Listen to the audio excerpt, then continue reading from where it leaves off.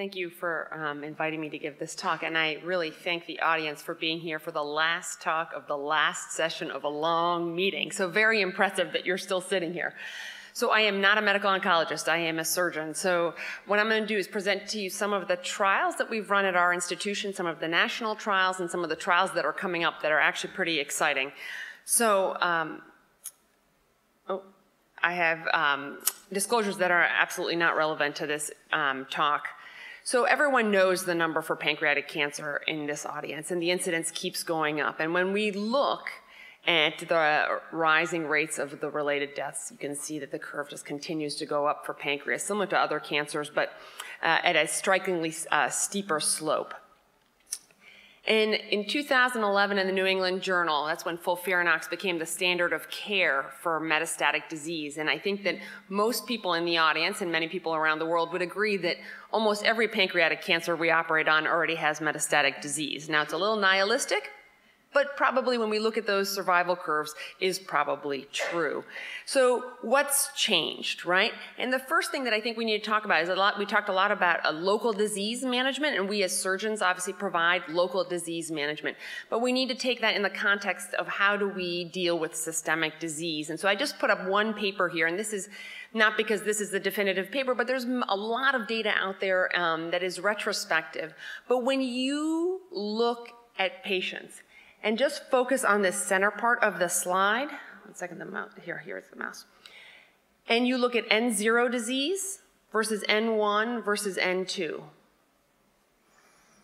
About 25 to 30% present with local regional disease as their first site of recurrence, and about 60 to 65% present with distant disease as their first site of recurrence. So we clearly need to manage the metastatic disease, the distant disease, if we want to see survival improve. And so I thought I'd present these two trials to you. So these are two phase 2 trials that we did at MGH, one for borderline resectable patients and one for locally advanced patients. And the treatment paradigm was very, very similar. And I don't think you need to really focus on the exact details of the trial. One's already published in JAMA Oncology, the other one just got accepted to JAMA Oncology, so they're easily found in the literature.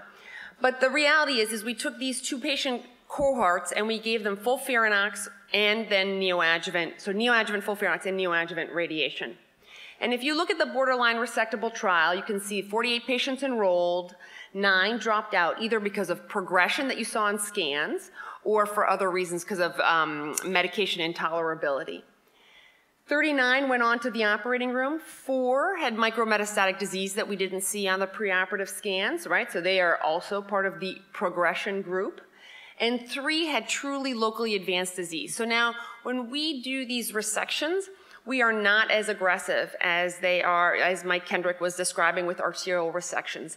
We tend not to do arterial resections and reconstructions, mainly because we feel the biology of the disease has not been controlled with our systemic therapy, and we question the value of increasing the morbidity of the operation for the patient. And then rather than using IRE, we did not have a very good experience with IRE, but rather we used intraoperative radiation therapy. And the intraoperative radiation therapy dates back to the 1970s when Dr. Warshaw was a young pancreatic surgeon. And you can see here, of the patients that were resected, 32 had their tumor removed, and 31 out of 32 had an R0 resection. Now you look at the locally advanced patients, right? And these are with the true definitions that the SSAT, AHPBA, SSO has put out. Again, you see a similar portion of patients that drops out, a similar proportion that has metastases and truly locally advanced disease. 34 are resected, and 30 out of 34 end up with an R0 resection. And this is the slide that I actually really want you to focus on. So in the surgical community, we spend a lot of time talking about, is this person borderline? Is this person locally advanced? The reality is, it probably doesn't matter. It doesn't mean that these two phase 2 clinical trials are the be-all, end-all, but it's one of the few trials where we have a head-to-head comparison from one institution where a minimum of 2, usually 3 pancreatic surgeons defined what they thought the patient belonged to, right, along with MedOnc and RadOnc. And you can see here that the number of patients that go to the OR is the same. So we really probably don't need to define patients based on are you borderline at the beginning or locally advanced at the beginning, but rather define it, do you respond to systemic therapy or not? And this is the data that is already published in JAMA Oncology, and you can see a 2-year disease-free survival of 55%, which is obviously very different than we've seen from retrospective series in the setting of gemcitabine or Gem5FU. So what about the trials that are out there, right? So you guys are all probably familiar with all of these trials. And really the newest systemic therapy that is on the market, or the newest trial that has come out is the PRODIGE study. And the PRODIGE study really has changed how we look at adjuvant therapy for pancreatic cancer, right? This is the study that was done by the Canadians and the French. And what they did is they randomized patients post-Whipple. Here we go. They randomized patients post-Whipple to either FOLFIRINOX or to gemcitabine as their adjuvant chemotherapy. And you can see there were very similar stratifications in terms of R0 versus R1, what their CA19-9 level was. And when you look at the chemotherapy that the patients actually got, and you have to remember, the patients who are enrolled in this trial are stratified post-resection. And that's a really, really important point to keep in mind when you look at this clinical trial. So you're taking your best looking patients, right? The ones that didn't have complications, the ones that aren't in the hospital for a long period of time, the ones you think can actually handle FOLFIRINOX. Of the patients that were in the FOLFIRINOX arm, about 66% got all cycles of it. And you can see here the relative dose intensity. This is important because it tells you that about 50% of the patients had dose reductions of their FOLFIRINOX. Even with that significant difference in the number of patients who got all of their cycles and the dose reductions, you see a disease-free survival, which is significantly different. This is obviously published in the New England Journal in December, and you can see the publication there. But Dr. Conroy gave me a lot of these slides. And most importantly, you see an overall survival. I mean, you're talking about a median overall survival of 54 months, which is something we've never seen in pancreatic cancer. So I think this is probably the most exciting trial data that is out there right now, and that we really have to look at very seriously in terms of adjuvant treatment for patients with pancreatic cancer. What about radiation, right? The question of radiation. We have the SBAC trial, which I didn't put up there, but I put some of the other trials that have been here in the United States. And it's been a big question of whether or not radiation really plays a role in patients who have pancreatic adenocarcinoma. I'm going to digress for a second before I show you the Preop Egg Study data. So rather than IRE, I talked a little bit about intraoperative radiation therapy, and this was really started in 1978 by Dr. Warshaw. And the question of radiation, I think, is a very important question because I think there is a role for radiation for a certain subset of patients. And if biologically we understood this subset of patients, then we would do a much better job of giving radiation. Because if you look at this, these are 194 patients between 1978 and 2010 who did not have their locally advanced pancreatic cancer resected. They received somewhere between 10 and 15 gray of intraoperative radiation therapy, and you have a 5-year survival of 3%. Now you can say 3%, what's 3%? Well, if you're one of the 3%, you're pretty happy. But in the sense that I think it does prove the point that there is something biologic where some patients are sensitive to radiation. And when we look in the era of our neoadjuvant patients who have received FOLFIRINOX and neoadjuvant radiation therapy, this is a small cohort of patients, but you can see that there does seem to be some impact of adding intraoperative radiation therapy when compared to resection and neoadjuvant therapy, compared to resection alone, compared to only getting intraoperative radiation therapy and leaving the tumor in place. So we have set up the PACER trial with the Mayo Clinic, Ohio State, and UNC to try to look at this question of intraoperative radiation therapy in a much more systematic way to try to piece out what the influence of additional radiation to the operative bed. And this is not so different than what Isabella described with giving IRE as margin enhancement. And we'll see what the 2-year overall survival as well as the local control will be. But I think that this is going to be an important clinical trial that will help to answer this question.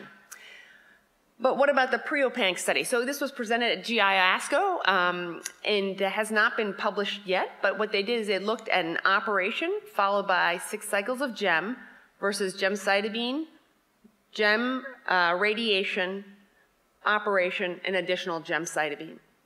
And when you look at this as an intention to treat and the post-resection, you see a significant improvement in the overall survival. So we obviously look forward to that manuscript and the full details of that data so that we can really piece apart what the role is of radiation when looking at this subset of patients.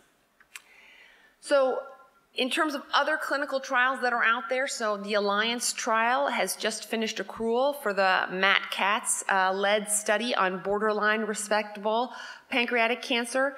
I will tell you that the arm with the radiation in it, which is this bottom arm right here, did close early at the interim analysis because it did not reach its primary endpoint, which was an R0 resection rate. So the patients who were in the second arm, which included neoadjuvant radiation, was closed because the R0 resection rate was not different from arm 1, which did not include radiation. So I think we're going to have to carefully look at that data. The Alliance includes many different sites, from academic centers to small community hospitals. So it does somewhat reflect of what the pancreatic cancer care is in this country and probably around the world.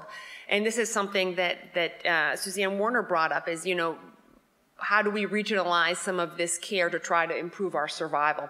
But we finished enrolling this Alliance trial, so we look forward to that data. The other clinical trial, which is about to close, which will be very important for us, is looking at FOLFIRINOX versus gemabraxane. So this is probably the only trial out there open right now trying to evaluate the efficacy of these 2 therapies. I didn't talk a lot about gemabraxane. I mean, gemabraxane obviously came out in 2013 in the New England Journal in the metastatic setting and has been actively explored. And I think there is some institutional bias as to which regimen is followed. But I think that this SWOG trial, the 1501, will be 1505 will be very, very important to help us decide what is going to be more effective for our patients. And so lastly, I am going to shamelessly plug for the new Alliance trial that we just got approved. It was just approved in February of this year, and so we're finishing the protocol. This will be the first phase 3 trial in resectable pancreatic cancer. It looks at perioperative FOLFIRINOX versus pure adjuvant FOLFIRINOX. Now, the main difference between this trial and the PRODIGE trial is that the patients are not randomized after the operation, right? These patients are randomized at the time of diagnosis. We originally had constructed the trial to be neoadjuvant versus adjuvant. However, after the PRODIGE came out and it was decided that the standard of care was 12 cycles of FOLFIRINOX, we could not, and we did not feel that 12 cycles of FOLFIRINOX neoadjuvantly was appropriate for patients. I think they're going to be too beat up. We do have a lot of experience from our 2 phase 2 trials, about 8 cycles of FOLFIRINOX pre-op. So we all came to the conclusion that this would be probably the safest way to administer this. I think this is going to be an important trial to help us understand, is the neoadjuvant strategy in the best interest of our patients? We'll learn about how many patients drop out and never make it to the operating room, as in they progress through FOLFIRINOX, and we'll really get a good understanding of what percentage of patients can truly receive FOLFIRINOX after having a Whipple operation, or I should say a pancreatic operation. So here you can see the primary endpoint is overall survival, and you can see very many secondary endpoints, and I hope that once this trial opens that you can encourage your institution to enroll patients into this trial. I think we still are at a time that hopefully everyone has some equipoise, since we do not actually know the real answer. And the hope is obviously we're going to finish the protocol up in the next month, and hopefully by the Alliance meeting in May, we can get everything tidied up so that we can start to get it rolled out by the fall. But I want to highly encourage you to enroll your patients in this trial once it gets opened up, because I think it really will be important. Especially, I think it's an important time for the United States to try to lead some of these cancer trials. And as we see, many of the trials have been run in Europe or in Asia. And I think this is a surgeon-led trial, and it will allow the United States to try to come to the forefront, again, of clinical trials. So in summary, FOLFIRINOX is effective in the phase 2 trials that we did for borderline and locally advanced disease, and there are many other small single institution trials that are showing the same data. I think the contribution of neoadjuvant chemoradiation is still in question, and this is really due to our deficiency in understanding the biology of pancreatic cancer and the heterogeneity of that biology as to who's going to respond to radiation or not. And I think that currently we do not have enough evidence as to whether a neoadjuvant or an adjuvant approach is the right approach for patients with resectable cancer. So again, I hope that you will enroll your patients into the Alliance trial. And obviously all of this data is, especially our institutional data, is thanks to all of the other surgeons, the medical oncologists, radiation oncologists, radiologists, gastroenterologists, pathologists, and of course the research fellows who always end up putting all this data together for us. Thank you. Thank you.